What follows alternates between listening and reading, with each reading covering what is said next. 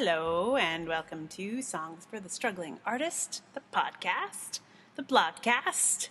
This is episode 16, and today I'm going to be reading to you a blog that I wrote in the spring after working in a classroom. Well, I was working in several classrooms, but there was one particular classroom that I was in, and I just realized that I couldn't do it anymore. So I will read to you the blog in a moment. It is called Why I Shouldn't Work in Schools Anymore. And I posted it recently on Facebook. I posted it on the blog last week and posted it on Facebook a couple of days ago. And it's been surprisingly popular. It's been a post that's been kind of going around. I'm not quite sure what the source of it is. It's always mysterious. Like, what is it that A, makes a post popular, and B, what the mechanism is for getting multiple views on a thing. It's a little bit of a mystery to me. But maybe it's the timing, like a lot of people, well, everyone's just going back to school, for example, so a post about school makes some sense. Everybody's still like optimistic and idealistic at this moment. Which maybe this post is not the nicest thing to do too. But I think it's sparking anyway some interesting conversations, which is good. So here it is. Why I shouldn't work in schools anymore. I've written before about the changing landscape of teaching artistry. I've written about how arts education has changed in my years in the business. For the most part, I do most of my teaching outside of school environments these days, but every so often, I'm brought back into the arts and education world. What the re-encounter highlights for me is how at odds my goals are with the goals of a lot of arts education. At the heart of my goals for students sits a desire for them to make bold artistic choices and learn how to be good artists. This is not because I think they should become artists. I know what kind of life that is. But because I think that thinking like an artist can lead to a liberation of self. It can allow students to begin to question their assumptions and interrogate the givens. This is all well and good on paper for most schools, but I value the trouble that art stirs up. Good art is disruptive and shakes up the status quo. This is rarely in line with the goals of a school, as most schools seek to reinforce and create a status quo.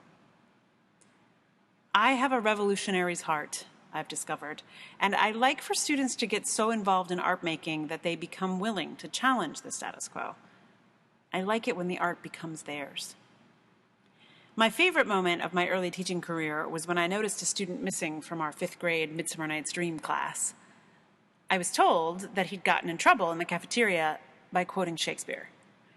I'm still delighted to think about a small 5th grade kid standing up at his cafeteria table and proclaiming loudly, with gestures, "Enough! Hold! Or cut bowstrings!" I don't remember much else about that residency, but I cherish the way Shakespeare and I got this kid into trouble. I used to feel guilty about it, but not anymore. Art, when it's good, can get you into trouble.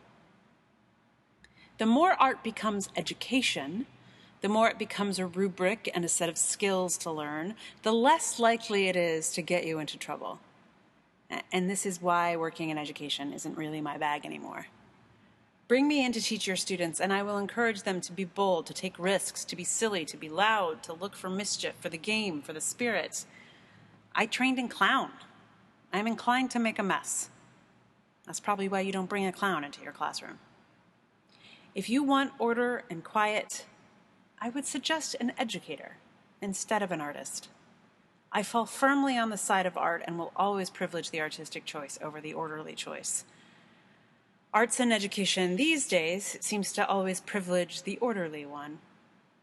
I want the work that young people create to be controversial, to be disruptive, to be volatile. In the past, I did a complicated balancing act of trying to keep things status quo for teachers and administrators and arts organizations' education departments while still honoring my revolutionary impulse.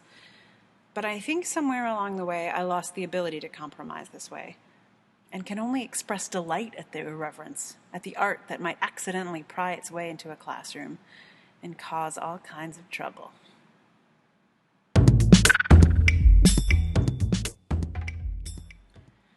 So that is my troublemaking blog. Hopefully, it's making trouble in the best way. I don't know. It's funny. I haven't had a lot of comments on it aside from, hey, no, schools need you. You should still work in them. Because, please, kids need you. And like, that's true. But, that's a tough road to hoe, I have to say. And I guess I really should say, like, I think, this is true of probably not just the arts as well, that there are quite a few educators who are just as interested in challenging the status quo, and for whom this kind of dance between order and chaos is probably just as salient.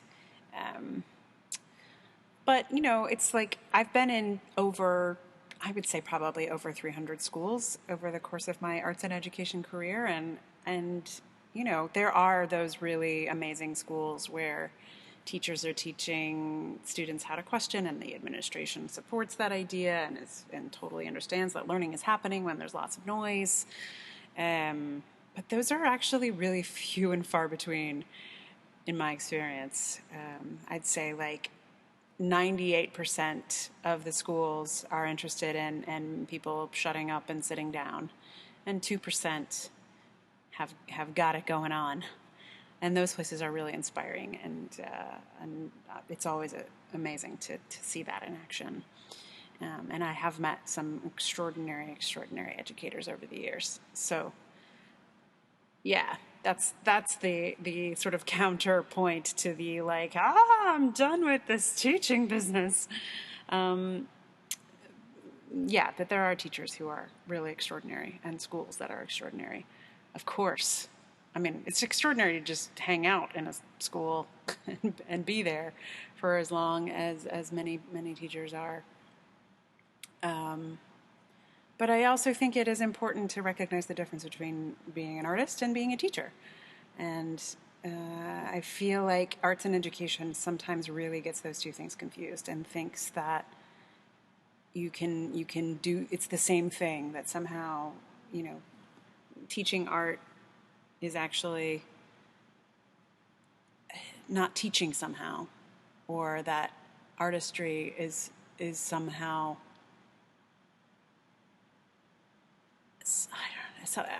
that art is orderly. There is a conception that art is orderly that I think is not useful to art. So, yeah, it's an interesting question. I feel like a friend of mine who lives in Switzerland, I think, he said they don't have any arts education at all. And in a way, that's better. It's kind of a curious that in having the art outside of school, you maintain its kind of Dionysian quality, that kind of, it has kind of more guts. Which I'm interested in. I'm very interested in that. So anyway, that's the story of the teaching and the thinking about teaching and arts teaching and all of that stuff. It's a complicated idea, but this is a thought about it. So to that end, I will play a bit of a song here for you. I was trying to look for a song that was maybe like about teaching or about learning or about art. I mean, they're all about art fundamentally. But I actually don't have a lot of songs, or any songs that are sort of directly addressing this particular idea. Maybe now that I'm through working in schools, I'll actually come up with one. Meanwhile, though, I will tack on to the end of this here something messy, because this is about making a mess and disorder and madness. So what I'm going to tack on here is a little bit of craziness that my band and I improvised many years ago. You'll hear that it's not something. It's a mess. It's what it is. It's a total mess. But we had a good time, and that mess led to much more organized and interesting things. So I give to you a song that we called Motherfucker Pulled Out a Tuba, which was based on an experience that we had where we met a guy who responded to seeing our band this way. Motherfucker pulled out a tuba. That motherfucker pulled out a tuba. I don't know what to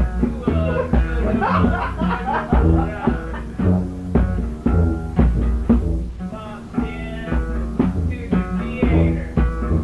What's he doing? Is that an alligator?